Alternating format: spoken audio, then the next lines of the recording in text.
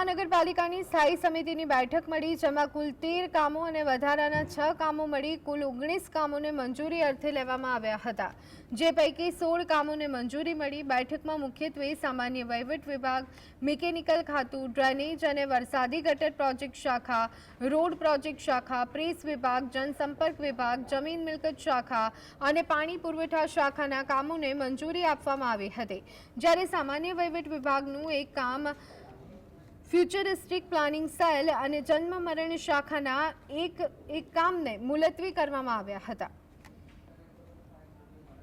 Ward number 4 માં હેમદીપ society 4 રસ્તા થઈ કૃષ્ણાનગર, ચામુંડાનગર, કોડિયાનગર વિસ્તારમાં 30 મીટરના રસ્તા પર વૈકુંઠ સોસાયટી તરફ નવીન ડ્રેન નળિકા નાખવાના કામને 19.86% ભાવપત્રકને મંજૂરી આપવામાં આવી છે।